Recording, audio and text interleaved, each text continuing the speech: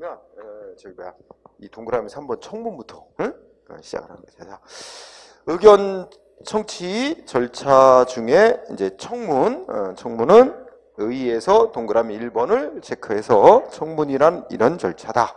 그래서 당사자의 의견을 직접 듣고 또 증거도 조사하는 절차. 그다음에 1번. 그다음에 언제 실시하도록 되어 있느냐? 세 가지 경우에 행정기관은 청문을 하여야 한다고 되어 있다. 첫째, 법령에서 하라고 되어 있을 때. 법에서 하라고 되어 있지는 않더라도 2호 행정청이 필요하다고 인정할 때. 세 번째, 당사자 등이 청문합시다 하고 신청할 때. 그죠? 인허가 취소, 법인 설립허가 취소 등 이렇게 세 가지 경우에 요 실사유 또 체크. 그 다음에 청문하려면 당사자 등이 자기 방어할 자료 준비, 이거 시간을 좀 줘야 되니까 미리 통지를 하래. 청문한다는 사실을 미리 통보를 하는데 며칠 전까지? 10일 전까지. 이 숫자 2. 한편 그 밑에 청문 주재자는 응? 청문을 제대로 진행하려면 이 관련 사안을 좀 파악하고 있어야 되니까 청문 주재자에게도 해당 사안과 관련 자를 미리 통지해 주래요. 7일 전까지. 응? 청문 주재자에게 7일 전까지. 요거 중시. 그 다음에 그 청문 주재자에는 1항, 2항 다 공부해야 되는데 1항은 소속 직원이 키워드. 즉 행정청의 소속 직원 중에서도 청문 주재자를 선정할 수 있다. 물론 뒤에 이제 대통령령을 정하는 자격 가진 자 이렇게 나오기도 하지만 포인트는 이건 약간 공정성의 비판이 있을 수는 있는데 인천시장이 누구한테 영업정지 시키려고 그러는데 인천시 공무원을 청문 주재자로 선정할 수 있다는 점에서 좀 문제가 있을 수는 있어요. 어쨌든 법은 소속 직원도 청문 주재자가 될 수 있도록 돼 있다. 3항은 그냥 스킵 읽어. 아무래도 청문은 공정성이 생명하냐. 그러니까 이 청문 주재자가 독립적이고 행정청으로부터 독립적이고 공정하게 직무를 수행하되 인천시장 좀 마음에 안 들게 진행하고 한다 그래서 막 함부로 자를 수 없다는 얘기지. 여기서 자 넘어가고 그 다음에 그 청문 주재자에 대한 제척 기피 회피 제도라고 있어. 우리 이 법화에서 쓰는 용어인데 제척 기피 회피라는 말의 뜻을 꼭 외울 필요는 없어요. 결론은 뭐냐면 이 공정성을 위한 거거든. 공정성을 위해서 청문 주재자에 대한 제척 기피 회피 제도가 규정돼 있다. 이렇게 하면 돼. 그래서 이 청문 주재자가 예를 들면 이런 경우 생각해봐. 청문 주재자로 선정된 자가 어느 대학 교수님인데, 이 무슨 사건이냐? 무슨 약국에 대한 영업정지 사건이야. 그런데 그 약사가 누구냐? 그 교수님의 와이프야. 그러면 이 와이프와 관련된 사건을 그 남편이 청문 주재자가 돼서 진행한다는 건 말이 안 되잖아. 그죠? 공정성을 해치잖아. 그래서 법에서 일정한 이해관계 있는 자로 정해놓으면 그 자는 그 사건에서 청문 주재자가 될 수 없도록 하는 거고. 이게 제척이라는 말로 표현하는 거예요. 법이 정한 일정한 사유에 해당되면 아예 그 청문 주재자가 될 수 없도록 하는 거. 그 다음에 기피는 뭐냐면 어떤 자가 청문 주재자로 선정이 됐는데 이쪽에 담당 공무원이나 상대방 등이 저 사람은 예전에 보니까 공정하게 안 하더라. 저 사람은 되게 편파적인 사람이다. 저 사람은 내달라. 딴 사람으로 해달라. 이게 이제 이 신청 안에서 교체하는 겁니다. 기피. 회피는 청문 주재자로 선정된 자 스스로가 나는 이 사건에 자신 없어요. 공정성. 내가 저 사람 알고 지내는 사람이라 공정에 자신 없다. 나 빠질래요. 청문 주재자 선정된 사람이 스스로 빠지는 걸 회피라 그래요. 그래서 내용은 안 물어봐. 내용은 안 물어보니까 그냥 제목으로 청문 절차의 공정성을 확보하기 위해서 청문 주재자에 대해서 제척제도, 기피, 회피제도가 규정이 있다. 요거만 알면 되고 그 다음에 청문회 공개. 이건 내용 잘 봐야 돼. 이 청문 절차 진행 과정은 공개로 한대요? 비공개로 한대요? 비공개로 한대요? 딱 부러지게 말은 있지는 않은 것 같은데? 그치? 공개로 하는지 그 법 규정 그대로인데 근데 문맥상 비공개를 원칙으로 하고 있다고 우리가 해석할 수 있지 않을까? 왜냐면 이렇게 돼 있잖아. 자, 청문은 당사자가 공개로 합시다. 신청을 하거나 청문 주재자가 공개로 진행할 필요가 있다고 인정하면 공개할 수 있다. 그러면 이 문장을 딱 보면 원래는 비공개로 하는데 이럴 때는 공개할 수 있다. 이렇게 해석하는 게 논리적이지. 이 문장 그대로. 그러면 어느 때 공개로 진행할 수 있어? 두 가지 경우네. 신청이 들어오면 공개로 하자고. 그 다음에 청문 주재자가 필요하다고 인정하면. 근데 이걸 중간을 딱 잘라가지고 이렇게 된다. 당사자가 공개로 진행합시다. 청문을 공개로 진행합시다. 신청하면 청문은 공개로 진행하여야 한다. 신청하면 공개로 진행해야 돼요? 끝에 가면 할 수 있다잖아. 공개할지 여부는 결국은 청문 주재자가 결정하는 권한이 있는 거지. 당사자는 공개로 합시다. 신청할 수는 있어. 근데 다 끝에 할 수 있다에 걸리는 거야. 그래서 결국은 청문 주재자가 거부할 수도 있어요. 공개로 하자고 신청 들어와도. 그죠? 네. 그래서 시험 문제에 그렇게 나온 적이 있다니까. 당사자가 공개로 하자고 신청하면 공개하여야 한다. 아니야. 청문 주재자는 거부할 수 있어요. 공개 안 할 수 있어요. 그러면서 또 단서가 달려있어요. 다만 이게 청문 절차 진행 과정을 공개로 하면 어떤 문제가 생길 우려가 있으면 공익을 크게 해치거나 다른 국민, 제3자인 다른 국민의 이익을 현저히 해칠 우려가 있을 때는 공개로 하면 안 된다. 그래서 요거 그대로 다 중시. 그 다음에 청문회 진행이라는 파트가 있습니다. 그죠? 법조문은 다 써놨지만 시험에 별로 나오지는 않는 영역. 그러니까 청문 주재자가 이렇게 먼저 뭐 당사자 불러다 놓고 이 사건에 대해서 어떻게 이 사건 쟁점이 뭐고 어떻게 이제 그런 거 설명하고 시작한다 뭐 등등이에요. 그죠? 네, 가볍게 읽으세요. 특별한 건 없습니다. 그 다음에 그 밑에 거는 또 체크. 병합 분리. 청문회 병합 분리. 그러니까 병합은 유사한 사건을 합치는 거고, 그지? 분리는 사건이 복잡하니까 뭐 부분 떼가지고 이제 청문 진행하는 거지, 그지?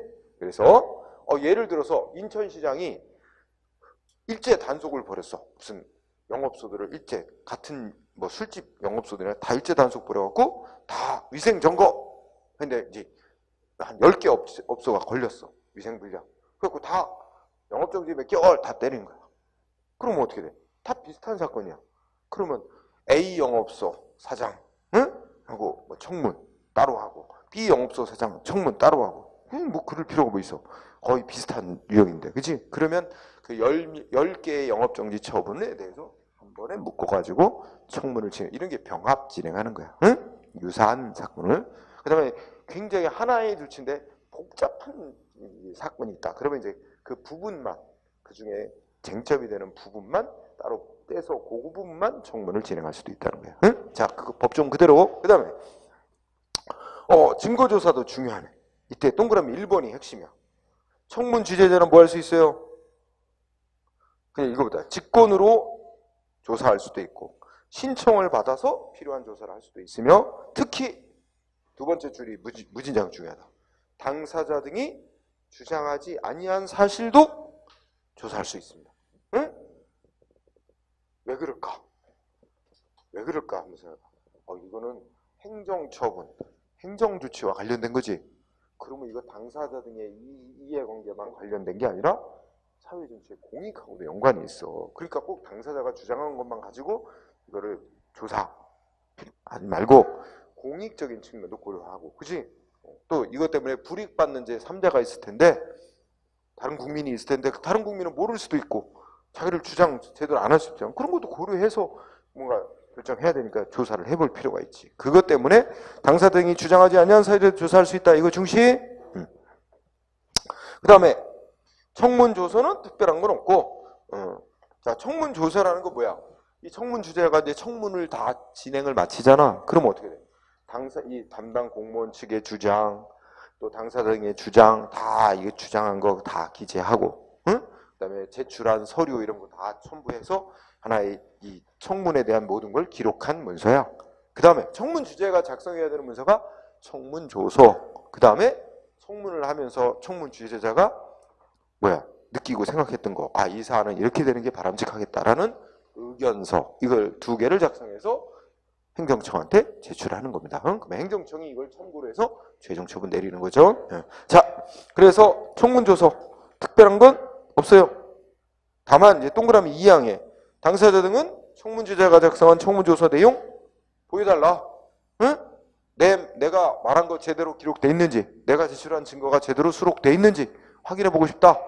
열람 확인해 볼 수 있으며, 내가 말한 대로 안 돼 있다. 그럼 뭐야? 이의 제기할 수 있다. 그지? 2항 정도.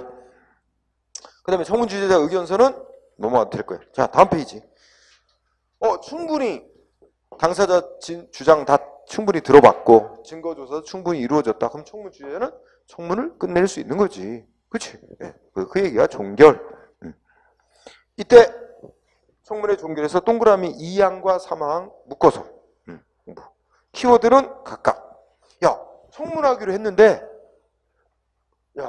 저 몇 월 며칠 날 청문 진행하니까 출석하세요. 나오세요. 근데 당사자가 안 나왔어. 그 날짜에 안 나왔어. 그럼 어떻게 해야 돼?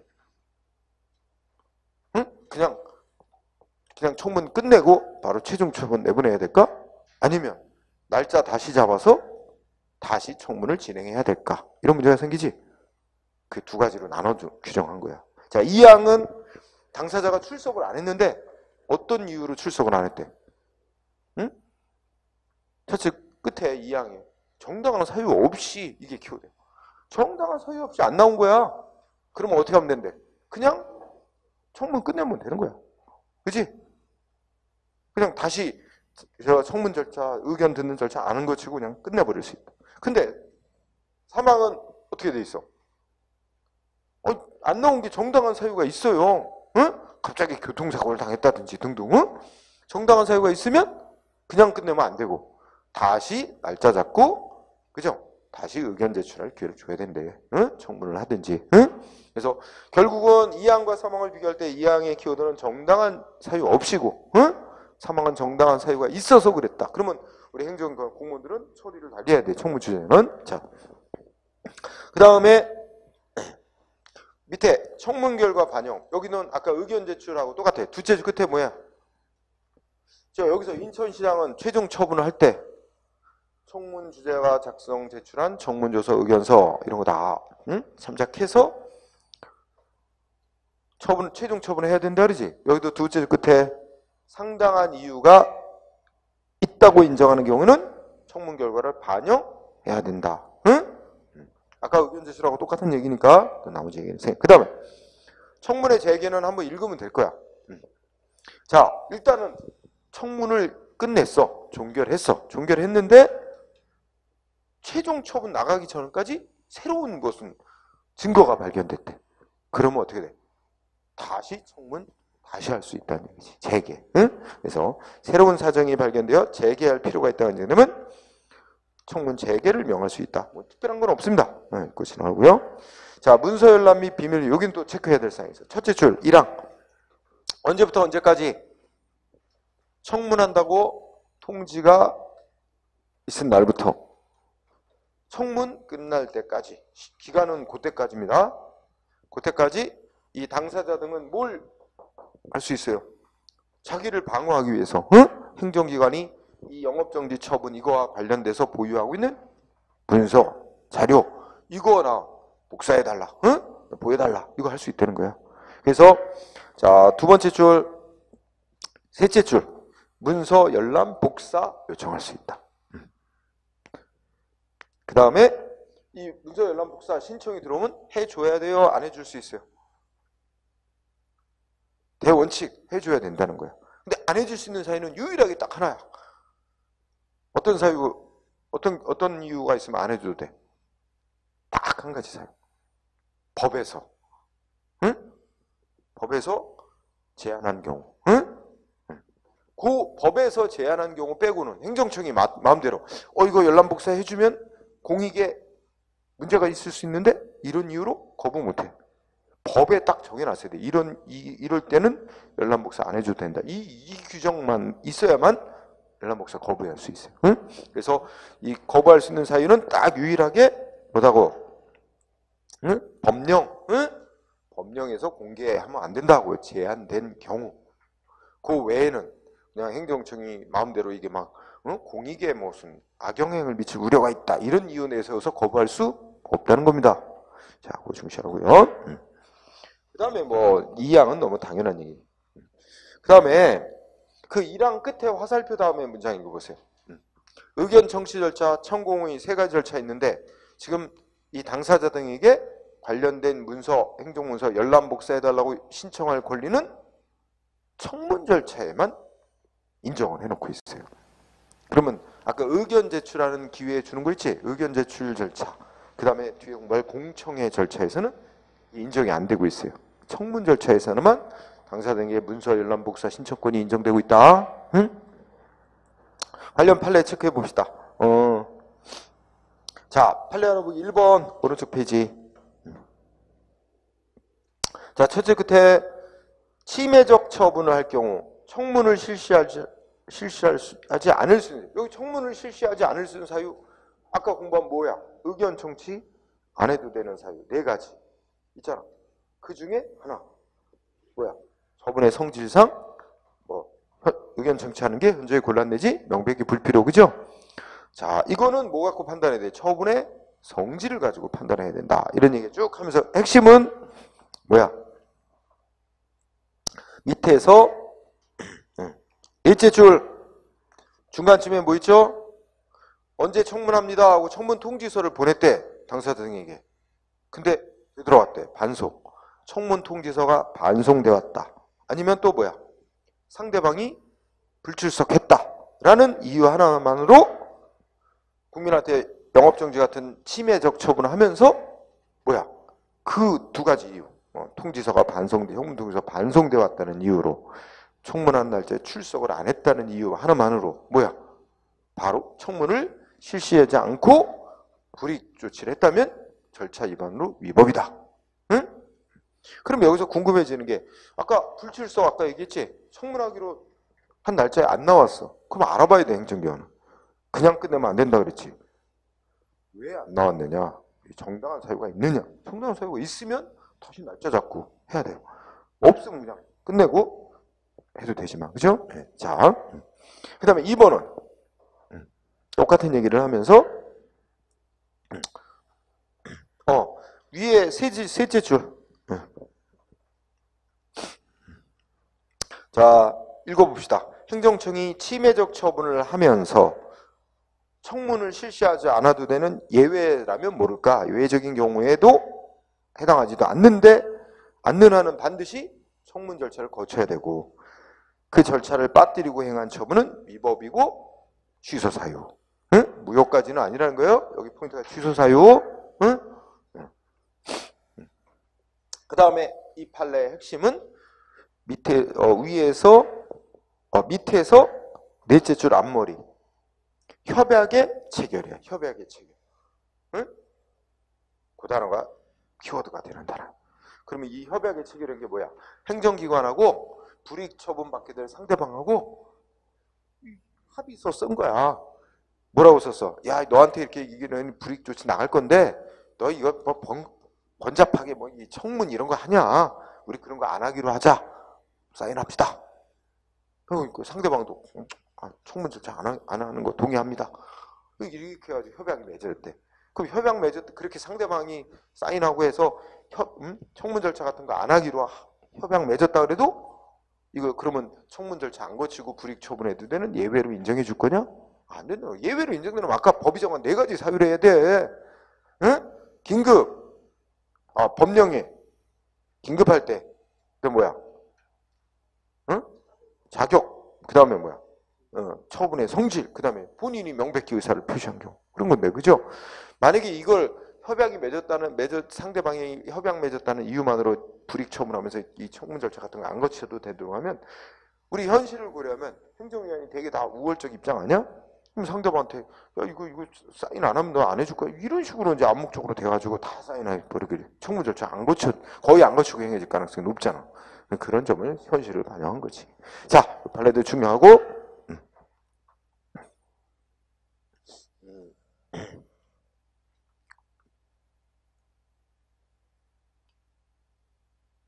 특별한 건 없어. 그 1, 2번이 가장 핵심. 그 다음에는 이제 공청회라고 나와 있지. 그 다음 절차가 의견 정치하는 공청회라는데 뭐 나는 법조문을 빠뜨리지 않고 다 써놓는다고 써놨지만 시험은 영양가 있는 건 몇 개 안 돼.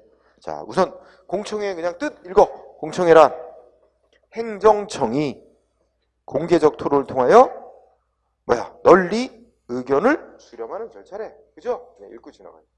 그런데 이와 관련해서 이 법의 이 행정 절차법에서 말하는 공청회는 행정청이 널리 의견을 수렴하는 절차. 그지? 그러니까 행정 절차법의 적용 대상이 되는 공청회는 행정청이 주최하는 공청회를 말하는 거래. 그런 의미가 되죠. 자, 좀 이따 얘기할 거고. 그러면 그 밑에 공청회 개최 사유 이것도 가볍게 읽고 지나가세요.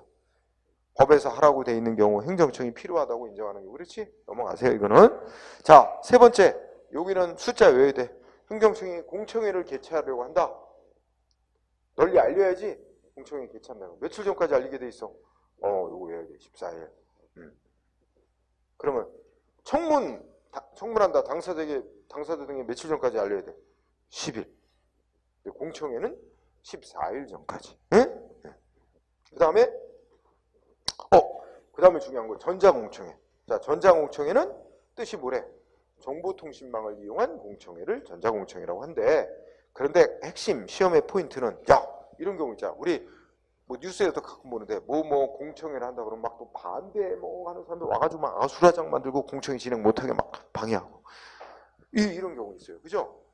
응? 예를 들어서 어느 지역에 무슨 폐기물 처리장 건설 이런 거라 해서 이제 그런 거 하잖아. 그러면 그런 최종 폐기물 처리장을 건설할지 결정을 하기 전에 이렇게 이제 공청회 같은 걸 열 수 있다면 지역 주민들 의견도 듣고 등등등. 응?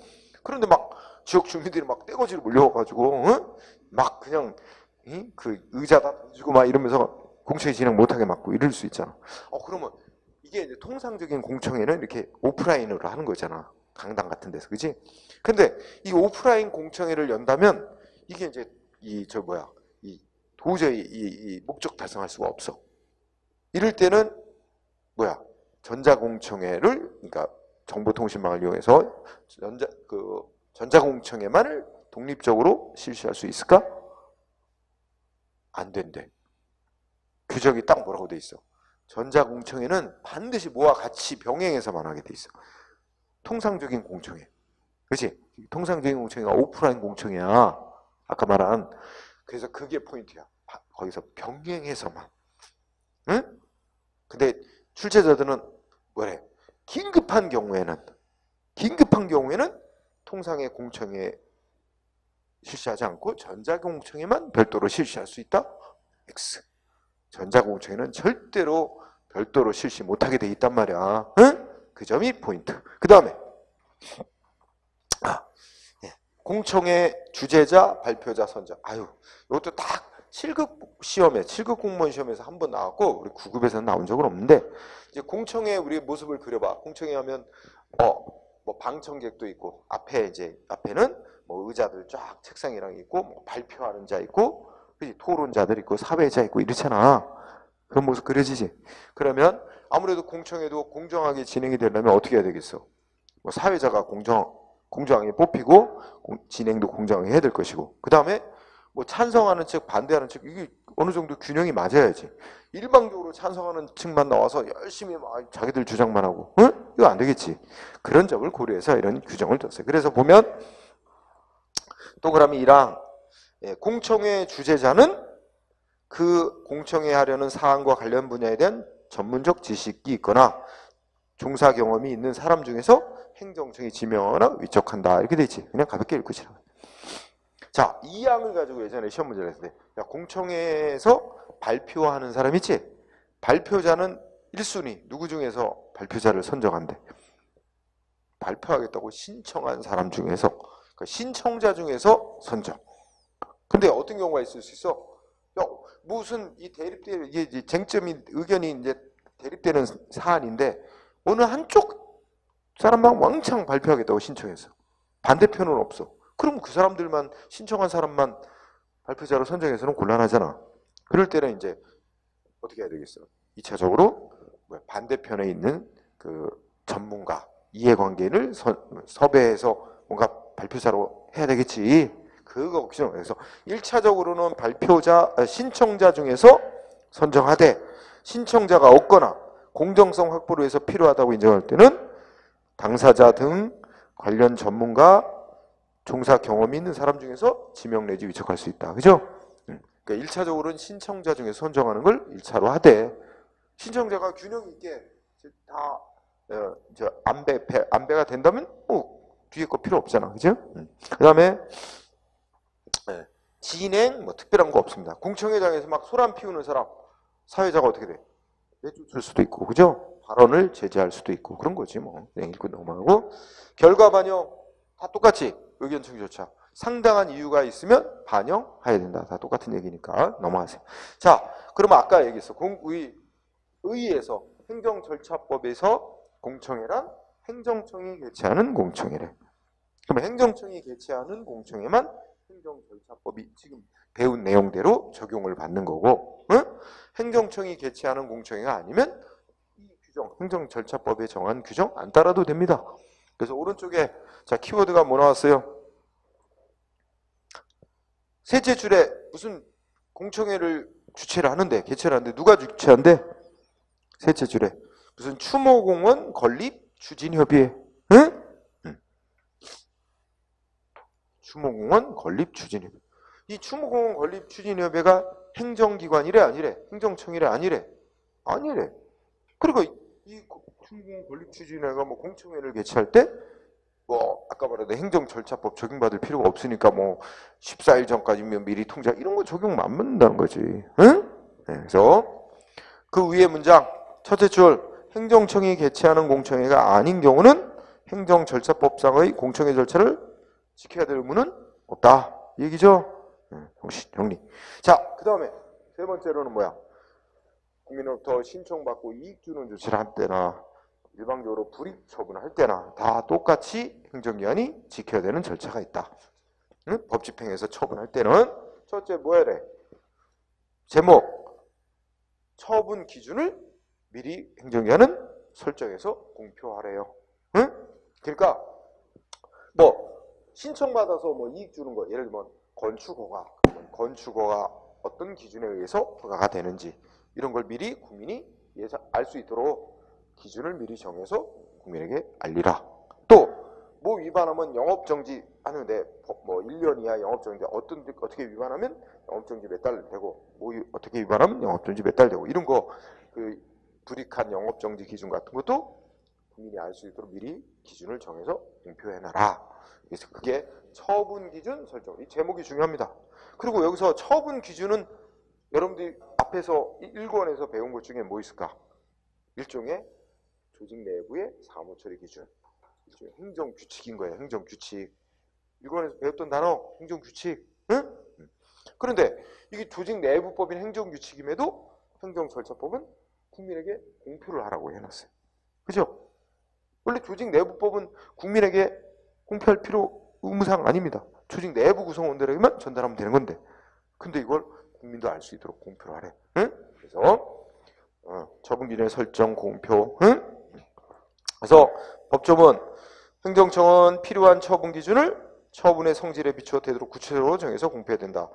이 설정된 처분 기준을 변경하는 때도 마찬가지다. 응? 특별한 건 없어요. 응. 제목으로. 다만 처분 기준을 공표하는 것이 밑에 예외 어떻게 된대? 처분의 성질상 현저히 곤란 또는 공표를 하면 공공의 안전 현재 해칠 때는 안 할 수도 있다. 이것도 가볍게 읽고 지나가세요. 네. 그리고 밑에 국민은 당사자 등은 어떻게 돼? 행정위원이 설정해서 공표한 처분 기준이 불명확하다든지 응? 뭔 말인지 잘 모르겠다. 그러면 설명 해석해달라고 요구할 권리가 있대요. 응? 읽고 지나가세요. 자, 그 다음 중요한 거 이유 제시예요. 이유 제시. 이거 중요해. 매우. 이유 제시. 상대방 국민에게 무슨 조치를 할 때 왜 이 조치하는지 뭐 상대방이 뭘 위반해서 그런지 위반 사실은 뭔지 이거 조치하는 법적 근거는 뭔지 상대방이 납득돼야 될 거야. 이게 두 가지 크게 보면 두 가지. 하나는 뭐야? 상대방이 납득할 수 있도록 하고 행정기관이 제가 하는 조치가 이게 다 정당한 근거에 의해서 하는 거다. 이게 행정기관의 조치의 정당성을 이제 나타내주고, 그죠? 또 여기에 대해 상대방 이 승복 못하면 거기 딱 기재한 이유, 이런 이유로 나한테 좋지? 이건 말도 안 되는 거야. 그럼 어떻게 돼? 그거 갖고 이제 자료 준비해서 싸울 수 있잖아. 소송하고. 그거 방어와 제대로 할 수 있도록 등등의 목적으로 이유를 제시하도록 하고 있어요. 자, 어쨌든 이유 제시라고도 말하고 이유 부기라고도 부르기도 합니다. 처분의 이유 제시. 자, 읽어보면 자, 밑줄 쳐주세요. 행정청은 처분할 때는 이렇게 돼 있어요. 법 규정이. 처분할 때는 따라서 여기 강조점이 처분을 할 때는이지 의무를 부과하거나 권리이익을 제한하는 처분, 즉 줄여서 침익적인 처분할 때는으로 한정 안 돼 있잖아. 처분할 때는니까 뭐가 다 되는 거야. 이익 주는 처분할 때도 신청받고 이익 주는 처분할 때도 불이익 처분할 때도 다 뭐 하라는 거야. 사전 통지하라는 거예요. 원칙. 이유 제시하라는 거예요. 원칙이. 응? 그래서 그 문장을 내가 그래서 처분할 때는 당사의 근거와 이유를 제시해야 된다. 그래서 동그라미 1항에 써놨고, 그죠? 또 동그라미 2항은 왜 이렇게 이유 제시라는 절차가 왜 필요한지 하는 역할이 기능이 뭔지 이런 거 써놓은 거야. 읽고 지나가세요. 그런데 예외, 이유 제시 안 하고 해도 되는 예외가 있는데 매우 중요. 상대방 부분한테 법 집행 처분할 때 이유 제시 안 해도 되는 사유가 3가지 있어요. 그죠? 박스 안에 3가지. 자, 어떤 때 신청한 내용 그대로 다 들어주는 조치를 할 때. 응? 하나도 불이익한 거 없어. 상대방이 신청한 대로 그대로 다 해줘. 이거 할 때는 왜 하는지 이유 안 밝히고 해도 된다는 거지. 상대방 아무 불만 없거든. 응? 자, 신청한 내용 그대로 다 들어주는 처분할 때. 두 번째는 내용이 어떤 내용의 처분이래? 단순 반복적. 또 하나 경미한 처분. 이유 제시 안 해도 명백히 알 수 있는 거. 자, 그러니까 단순 반복적, 경미한, 이런 단어를 유의하고 문제 출제만 중대한, 경미한을 중대한으로 바꾸고 그래요, 막. 중대한 처분이면 이유 제시해야지. 단순 반복적, 경미한 내용의 처분. 그 다음에 3번째는 이유 제시 안 해도 되는 3번째 사유, 긴급. 그죠? 자, 대원칙은 모든 처분할 때는 이유 제시를 하고 해야 돼. 근거와 이유를, 법적 근거와 이유를 제시해야 되는 게 원칙인데 3가지 경우는 이유 제시를 안 해도 된다. 안 하고 처분해도 된다. 그런데 각각 또 내가 끝에다가 뭐 연결했어? 1, 2, 3호에다가. 자, 첫 번째 거 1호 신청받은 그대로 다 들어주는 처분할 때는 그때는 어떻게 해도 돼? 나중에 이유 제시해달라고 상대방이 요구를 해와도 안 해줘도 돼요. 그때는. 그치? 처분을 하고 난 이후에 되는 거지. 응? 그런데 2호와 3호는 일단 국민한테 조치 내보낼 때는 이유 제시 안 하고 해도 되는데 상대방 국민이 나중에 이거 어떤 이유로 이거 한 거예요? 하고 이유 제시해달라고 요구해 오면 해줘야 되는 거예요. 나중에 요구해 오면. 2호와 3호는. 그죠? 1호는 나중에 해달라고 요구해와도 안 해줘도 되는 거고 그것까지 꼭 공부해야 돼요. 응? 그래서 여기 부분 시험에 잘 나오는 부분이니까 꼭 중시. 그 다음에 그 밑에 이유 제시 시점하고 이유 제시 정도는 이제 법에 규정되어 있는 건 아닌데 뭐 학설과 판례로 이유 제시는 언제 알아보세요? 여러분들 우리가 지금 배우고 하면 불이익 처분하는 걸 전제로 해보자. 불이익 처분한다면 영업정지 같은 거 시킬 때 영업정지 같은 거 할 때 처음에 뭐부터 해야 돼? 원칙대로 가면. 그래. 사전 통지하고 그 다음에 의견, 청문 등 의견 청취하고 그 다음에 최종 처분. 그래서 뭐 영업정지 처분 나간다고 생각해. 그죠? 영업정지 처분할 때 정지 처분하는 문서에 그치? 영업정지 처분하는 문서에 뭐 법 몇 조 상대방 뭐 언제 어느 때 뭐 위반했고 그래서 법 몇 조에 따라 영업정지 뭐 몇 개월 합니다. 이렇게 해서 이유를 밝히고 해야 돼. 그러니까 이유 제시는 최종 처분할 때 하는 겁니다. 사전에 이거 먼저 거치고, 그지? 자, 그래서 그러면 이유 제시 시점은 첫째 줄 처분 시에 하는 겁니다. 최종 처분 나갈 때. 그 다음에 이유 제시하는 정도는 어느 정도로 해야 될까요?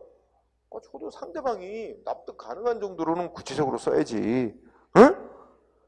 상대방이 자기가 뭘 위반했고 그래서 법 몇 조에 의해서 이런 조치를 받게 되는지 납득할 수 있는 만큼은 구체적으로 기재해야 된다라는 게 판례로 나오는 거예요. 자, 그러면 밑에 사건들 쭉 나와요. 즉 이유 이제 두 가지겠지. 이유 제시를 안 해도 되는 예외 사유에 해당돼서 안 하는 게 인정되는지, 아니면 또 이유 제시를 했다고는 하는데 이 불충분하게 돼 있다고 인정이 된 건지, 이런 것들이 이제 사건이 벌어진 거죠. 그러면 판례 1번은 판례 1번은 뭐냐면 두 번째 줄인가? 행정기관이 뭐 했대? 이거 일단 전제가 있지. 법원이 뭐래서 면허를 취소하는 처분할 때는 취소하는 근거가 되는 법조문, 그 다음에 뭐 이런 걸 명시해야 되고, 두 번째 줄 상대방이 뭐 때문에 뭘 위반했기 때문에, 뭘 위반 사실 때문에 이런 영업 면허 정지, 면허 취소가 되는지 알 수 있을 정도로 이유를 제시해 줘야 된다, 이렇게 선언을 했지. 그러면 이제 실제 사건이 뭐냐? 자, 셋째 줄은 뭡니까? 세무서장이 일반 주류 도매업 면허 취소 통지서를 보내면서 이랬대. 니네 주류 도매장이라는 게 이제 술 도매상 생각하면 돼, 그지? 술 도매상, 니는 무면허 술 판매업자에게 술을 팔아서, 응? 무면허 술집에게 술을 공급해 줬다는 거야. 그래서 주세법, 즉 법 몇 조에 의거해 위반으로 면허를 취소한다, 이거 통보를 했대. 그럼 이거 뭐야? 이유 제시했어요, 안 했어요? 왜 면허 취소하는지 이유 제시했습니까, 안 했습니까? 세무서장이 했지. 하기는 한다고는 했는데 결과적으로 불충분하게 했다. 그래서 위법이라고 판결한 거야. 그러니까 뭐냐면 법 근거 조항은 밝혔어. 그런데 상대방이 위반한 사실이 너무 불충분해. 왜냐면 상대방으로서는 내가 무면허 술집, 무허가 술집에다 술을 공급해 줬다고? 언제 그랬다는 거야? 언제? 그리고 언제? 그 무허가 술집 누군데? 그리고 언제부터 언제까지 얼마만큼이나, 이런 거 전혀 없어. 이유에. 그래서 그런 부분이 빠져서 이런 정도로만 이유 제시했다면 이거는 이유 제시하도록 한 목적이 안 맞게 불충분하게 했다 해서 결국 면허 취소 처분은 위법이다, 이렇게 판결난 거예요. 응? 자, 그 다음에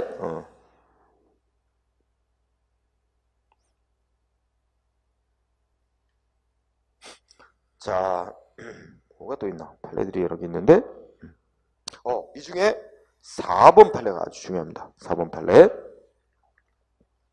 행정절차법은 행정처분 처분할 때는 근거와 이유를 제시한다고 규정하고 있는데, 일반적으로 여기서 당사자가 뭐였대? 근거 규정 등을 명시하여 신청한 인허가 등을 거부하는 처분함에 있어 당사자가 근거를 알 수 있을 정도로, 여기 제일 중요하다는 거야. 당사자가 근거를 알 수 있을 정도로 상당한 이유를 제시했다면, 그 부분이 제일 중요해요. 당사자가 근거를 알 수 있을 정도로 상당한 이유를 제시했다면, 그러면 어떻게 된대요? 응? 넷째 줄 끝에 구체적 조항 및 내용까지는 명시 안 했더라도 괜찮다. 응? 자, 그러니까 이거야. 이제 앞에서부터 이제 그 4번 얘기를 하면, 어떤 A라는 사람이 허가를 신청한다.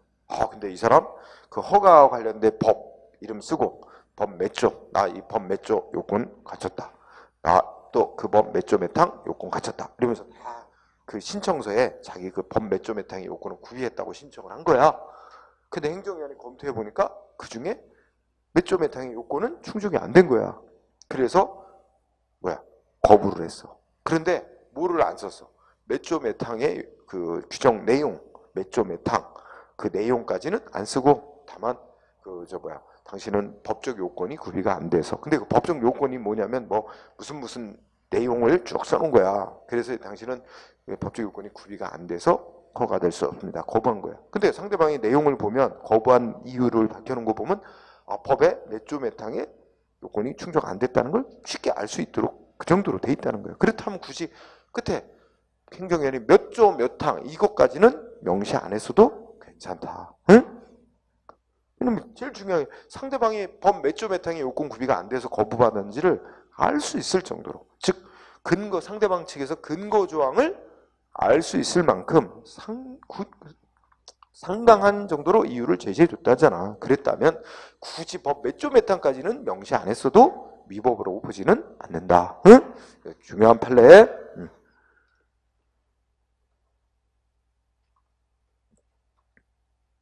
자, 그 다음에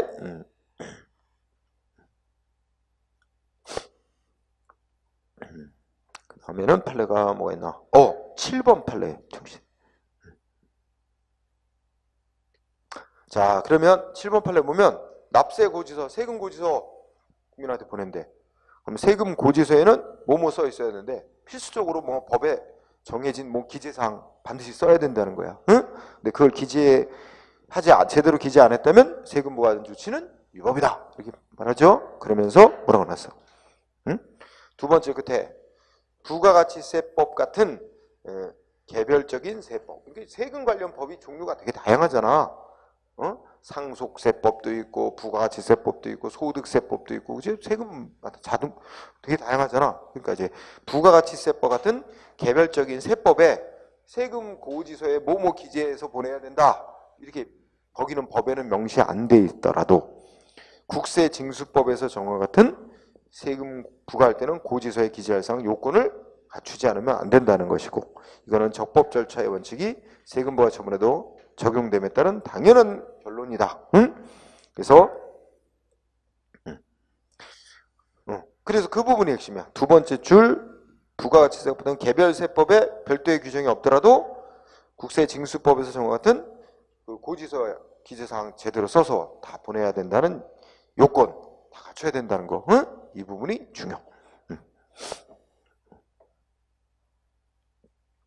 자, 뭐 그렇게 공부하면 다 유사한 사건들이라 여러분들 읽고 알 수 있어요. 그지? 네. 자, 그 다음에 우리 또 공통사항으로 뭐 있어? 방가로 3번 뭐 있습니까? 처분의 방식. 자, 아까 우리 국민이 행정기관한테 뭐 해달라 이거 신청할 때도 원칙적으로 문서로 신청하듯이 행정기관도 국민한테 뭐 신청받고 건축허가 내줄 때나 아니면 일방적으로 영업정지 시키는 거 내보낼 때나 다 뭐야? 문서로 하는 게 원칙이다. 그래서 여기도 문서로 하는 게 원칙. 다른 법에 특별한 규정이 없는 한 문서로 하는 게 원칙. 단 100% 절대적으로 문서로 하라는 건 아니고 둘째 끝에 전자문서로 할 수도 있대. 이것도 밑줄 쳐줘. 전자문서로도 국민한테 처분할 수 있는데 전자문서를 할 때는 뭐가 있어야 돼? 동의가 있어야 돼. 상대방 동의가 있어야 돼. 그래서 내가 전에 얘기했나? 그죠? 세금 부과 조치. 세금 부과 조치? 전자문서로 하고 있어요. 뭐 메일로 보내. 세금 고지서를. 그치? 내가 그때 잘 기억 안 나도 그냥 메일로 저 세금 고지서 수령하시겠습니까? 내가 동의했나 봐. 그래갖고 맨날 뭐야? 저 메일로 와요. 세금 고지서가 자동차세 고지 내라고. 맨날 까먹어. 그리고 복잡해. 그러니까 일단 그 메일 왔다 가잖아. 그럼 열어보려고 클릭하잖아. 그러면 또 뭐야? 거기서 이제 절차가 나와. 이걸 열어보려면 내용을 확인해 보려면 뭐 또 입력하고 귀찮아. 뭐가 왔구나. 나중에 봐야지. 그냥 그러고 깜빡. 그럼 결국 뭘 많이 하냐? 납부기한 지나도록 안 내는 경우가 대부분이야. 그러다 보니까 어떻게 돼? 연체 이자 물고. 나는 또 그걸 그대로 이제 뭐 이렇게 공과금 내고 이런 거야. 보통 이제 우리 집은 이제 와이프가 하거든. 근데 그 와이프한테 얘기해주고 그 얘기해주고 메일 이렇게 열어봐서 얼마인지 이거 해가지고 내라고 하면 좋은데, 응? 그걸 또 얘기 안 해주면 결국 나중에 알았고 연체 이자 내라고 해서 고지서 또 독촉장 오고 이러면 이제 또 한마디 듣는 거지. 왜? 예? 그러자고. 더 내잖아, 맨날. 원래 이 전자 메일로 그 세금 고지서 보내는 거 하면 조금 깎아줘요. 뭐 0.5%인가? 뭐 하여튼 뭐 그 세금을 깎아줘요. 그래서 괜히 그 유혹에 넘어가서 그냥 동의했나 봐. 맨날 그거 다시 철회하라고, 응? 안 한다고 하라고 맨날 얘기했는데, 근데 뭐 알았어 하고서 또 까먹고 맨날 그러는 거야. 그냥 한번 맘먹고 앉아서 바꿔놔야 되는데, 그러니까 이 메일을 잘 챙기는 사람이야 괜찮은데 안 그런 사람은 종이 문서로 와야 받아갖고 이제 뭐 이렇게 내 책상에 놓고서는 아 이거 처리해야지 이렇게 생각하는데 붙여놓거나 이게 기억이 나는데 이게 매일 오면 맨날 까먹고 지나. 네, 편리하고 좋은 점도 있는데 그런 게 좀 문제야. 자, 전자문서로 하는 경우는 당사자 동의가 있어야 된다. 그 다음에 신속 처리, 신속 또 뭐야? 경미한 사안의 경우는 무슨 방식으로도 처분할 수 있어? 말로도, 응? 그죠? 말 그 밖의 방법으로도 할 수 있다. 자, 여기 1항 중시. 2항은 읽고 지나가세요. 2항은 처분 내보낼 때 문서에 뭐야? 예를 들면 인천시장이 영업정지 처분한다. 그러면 인천시장 이름 쓰고 도장 찍고 직인 찍고 그 다음에 실제 이 업무를 담당한 공무원 이름, 직급, 연락처 이거 다 기재하게 됩니다. 그죠? 의무사항이에요. 그냥 넘어가세요. 네. 그 다음에 처분의 정정. 행정기관은 무슨 영업정지 처분을 하고 난 뒤에 뭘 발견했어? 뭔가 오기, 그러니까 뭐 기재가 좀 잘못돼 있다, 오타가 있다, 응? 또는 계산 잘못이 있다. 근데 이게 계산 잘못 같은 것도 중대한 계산 잘못은 아니야. 응? 네, 하여튼 그 내용에 무슨 심각한 영향을 미치는 건 아닐 때를 전제로 한 거야. 그래서 오기, 오산, 기타 명백한 잘못이 있을 때는 알아서 행정기관이 알아서 직권으로 또는 신청을 받아 지체 없이 정정을 하고 상대방한테 통보해줘라. 응? 이렇게 돼 있습니다. 그리고 그렇게 하면 끝나는 거로 치는 거야. 이거 갖고 이거 글자 하나 잘못 썼다고 위법이다 이렇게 하는 거야. 내용에 영향 안 주는 거 있잖아. 그렇다면 그런 얘기고. 그 다음에 뭣도 해래. 그 처분하는 문서에는 뭣도 기재하래. 상대방이 승복 못하겠다. 그러면 이거 어떻게 돼?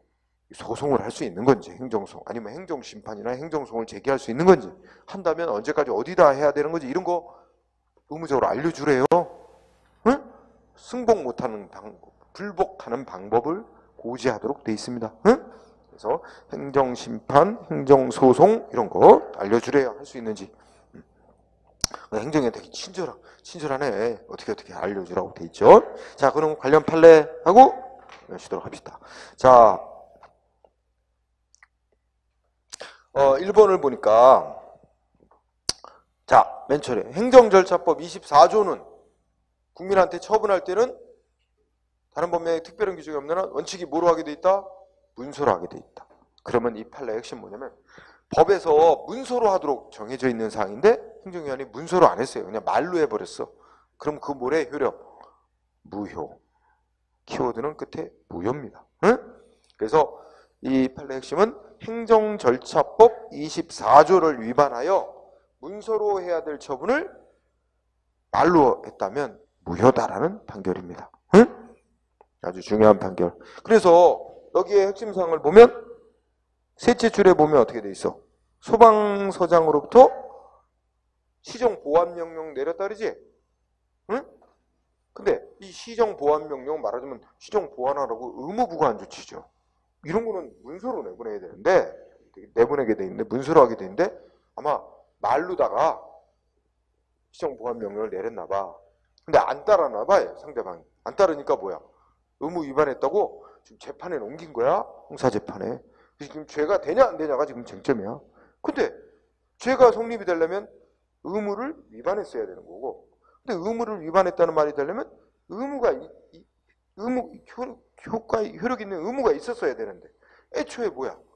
말로다가 보안명령이라는 건 무효니까 의무가 아예 발생조차 안 했다. 그러니 의무 위반이라는 건 있을 수 없는 거고 그러니까 죄가 성립되지 않는다. 무죄 이렇게 내리는 거지. 그지? 이런 논리. 그래서 1번. 그럼 1번, 2번 똑같아요. 2번의 핵심은 뭐야? 응? 운전면허 취소시키는데 경찰이 어떻게 했어? 면허 취소하는 거 반드시 문서로 하게 돼 있는데 응? 일정한 상황 이자 문서로 하는데 뭐라고 했대? 말로 했어요. 말로. 당신 면허 취소했습니다. 말로 했다는 거야. 그럼 면허 취소된 효력이 생긴 거야? 이 자체가 무효. 응? 그러면 또 뭐야? 상대방이 당신 면허 취소했습니다 하고 말을 듣고 그 다음날 운전을 또 했어. 운전하다 걸린 거야.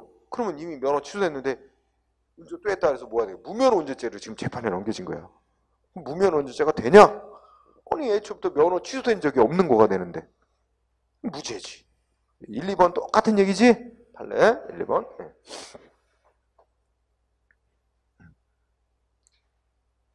자, 그 다음에 3번도 같이 읽어보자. 뭐라고 돼 있어? 행정청이 문서로 처분하는 경우 그 처분서의 문헌이 불분명하다는 등의 특별한 사정이 없는 그 문헌에 따라 어떤 처분을 했는지 확정해야 할 것이고, 처분서의 문헌만으로도 행정청이 어떤 처분을 했는지가 분명함에도 불구하고 처분이 행해진 경위, 이후의 상대방의 태도 등 다른 사정을 고려하여 처분서의 문헌과는 달리 다른 내용의 처분까지 포함되어 있는 것으로 확대 해석하면 안 된다. 자, 3번 판례의 핵심은, 자, 행정청이 문서로 처분했는데 거기에 상대방한테 어떤 내용의 처분했는지가 명확해. 문구 써 있는 거 보면. 그럼 분명한, 여기서는 무슨 단어가 중에 분명, 첫째 줄, 그러니까 421 맨 위에, 그러니까 3번 판례 끝부분에서 넷째 줄, 그치? 밑에서 넷째 줄. 처분서의 문헌만으로도 어떤 처분을 했는지가 분명함. 응? 그렇다면 어떻게 해석해야 돼? 그 문헌 그대로 어떤 내용의 처분을 했다고 해석해야지. 거기다가 그 이후에 뭐 여러 가지 고려해서 다른 내용의 처분까지 한 것으로 확대 해석하면 안 된다는 결론이잖아. 4번은 반대로, 그러면 이걸 그대로 반대로 해석하면 4번이야, 판례가. 처분서에 쓰여진 내용만 갖고는 어떤 내용의 처분했는지가 불분명하다면, 그지? 그렇다면 여러 가지로 고려해서 그 어떤 내용의 처분했는지를 판단해야 된다는 뜻입니다. 4번 판례는 불분명하다는 거지. 처분서에 쓰여진 문구만 갖고는. 응? 분명할 때는 그대로 해석해야 된다. 자, 여기까지 하고 잠깐 쉬는 시간을 가집시다. 응?